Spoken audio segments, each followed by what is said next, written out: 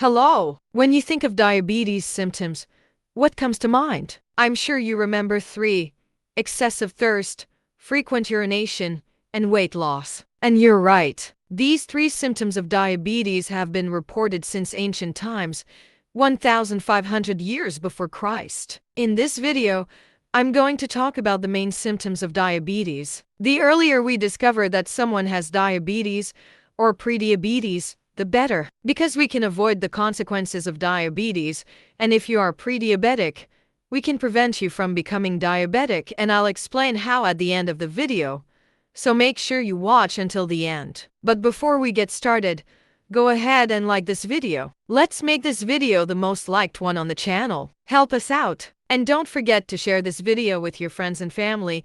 Diabetes is a very common condition. In the United States, the number of people with diabetes or prediabetes is quite significant and has been increasing in recent years. Approximately 37.3 million Americans have diabetes, which accounts for about 11.3% of the U.S. population. Type 2 diabetes, the most common form of diabetes, accounting for more than 90% of cases. Children and adolescents, about 244,000 young people under 20 have type 1 diabetes. Type 2 is rare in this age group. Prediabetes, approximately 96 million American adults, or 38% of the adult population, have prediabetes. Many people with prediabetes don't know they have the condition, as it often presents no obvious symptoms. These numbers reflect the growing public health concern linked to obesity, physical inactivity, and other risk factors that may contribute to the rising cases of diabetes and prediabetes in the US. And we know that 1 in 4 prediabetics will develop diabetes within 5 years. That's why this video is so important. Share it widely. And tell me,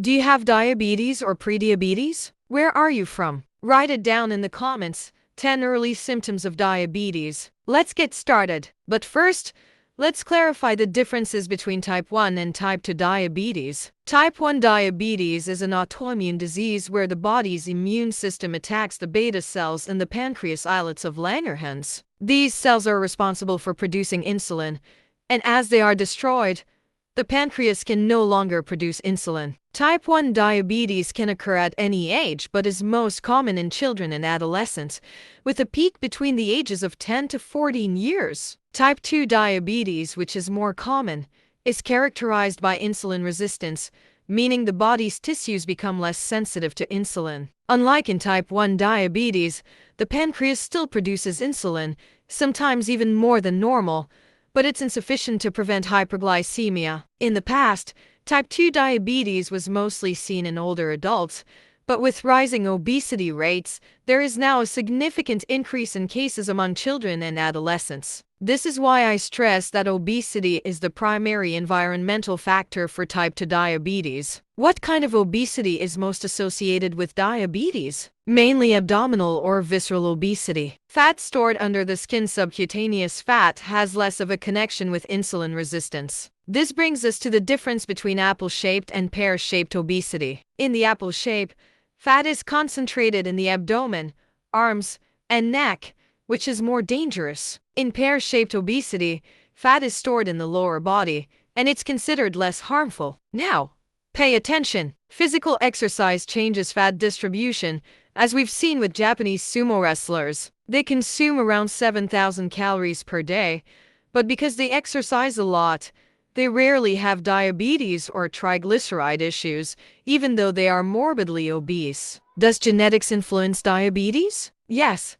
particularly type 2 diabetes. Studies with identical twins have shown that if one twin develops type 2 diabetes after the age of 40, the other has a 70% chance of developing diabetes within a year. Are there differences in the symptoms of type 1 and type 2 diabetes? In part, yes. In type 1 diabetes, the body can't produce insulin, or produces very little, so blood sugar levels are much higher, making it more severe. The symptoms are easier to notice, especially since type 1 is more common in children. For example, a child with type 1 diabetes might start eating a lot but still lose weight rapidly. They might begin wetting the bed again after having stopped, or they might have trouble holding their bladder, even wetting themselves at school, which can be embarrassing. These children may become more irritable, going from calm to having temper tantrums or getting into fights. They often feel extremely thirsty, and their vision can become blurry. One particularly dangerous complication of type 1 diabetes is diabetic ketoacidosis (DSK),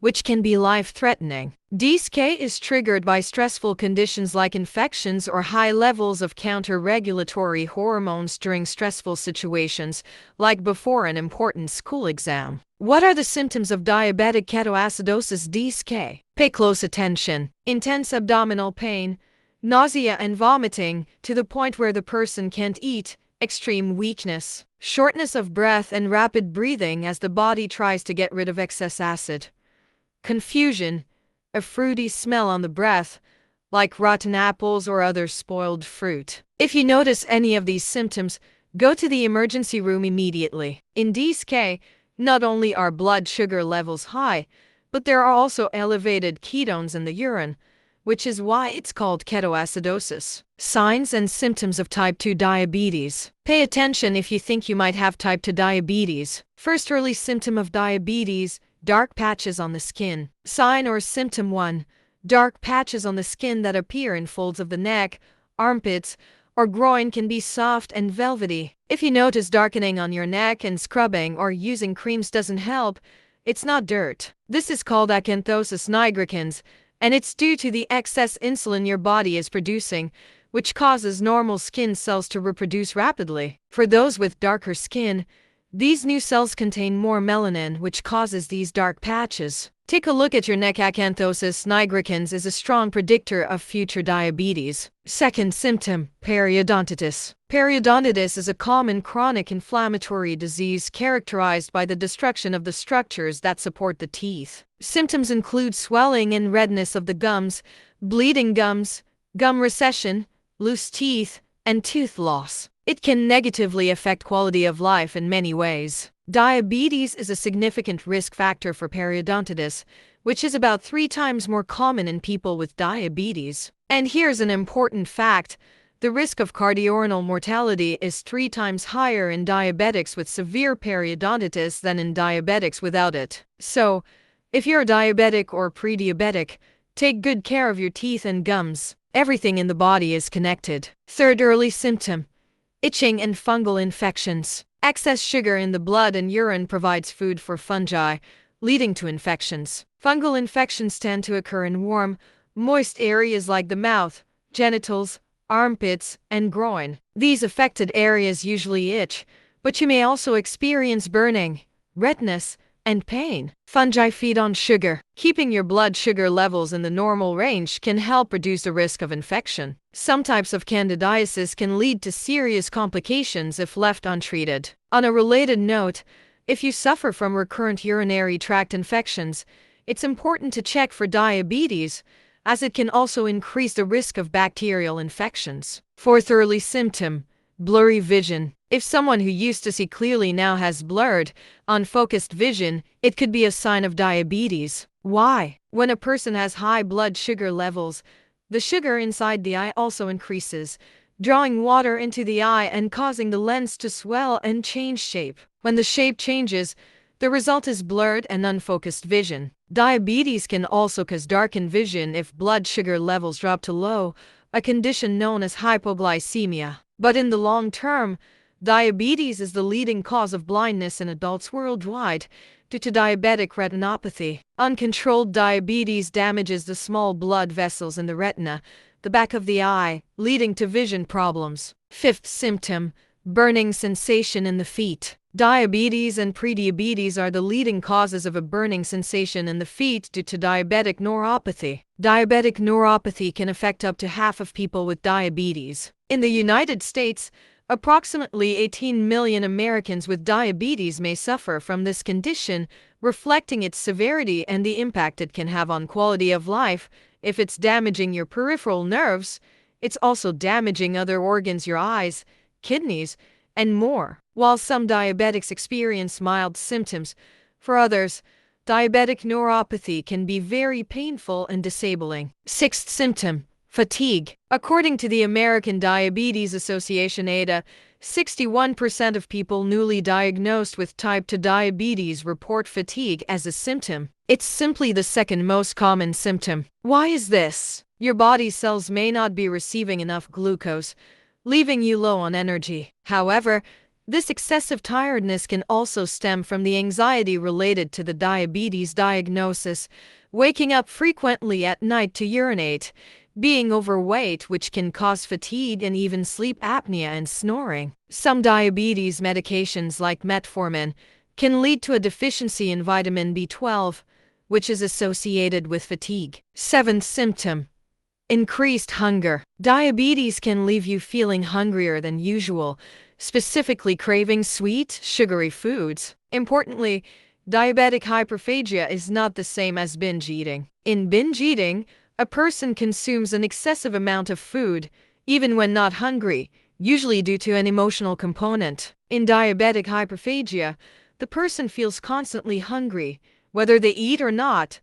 Why the craving for sweets? Because the body cells are not getting the sugar they need. Eighth symptom: excessive thirst. Diabetes causes excessive thirst. When your body cannot process sugar properly, your kidneys will start excreting sugar, which pulls water along with it, leading to dehydration and osmotic diuresis. Your kidneys produce more urine, triggering a thirst response that leads you to drink more water. This excessive thirst is usually accompanied by prolonged dry mouth. Ninth symptom: unexplained weight loss. This symptom is more common in type 1 diabetes, where insufficient insulin prevents the body's cells from obtaining glucose from the blood for energy. When this happens, the body starts burning fat and muscle for energy, resulting in unexplained weight loss.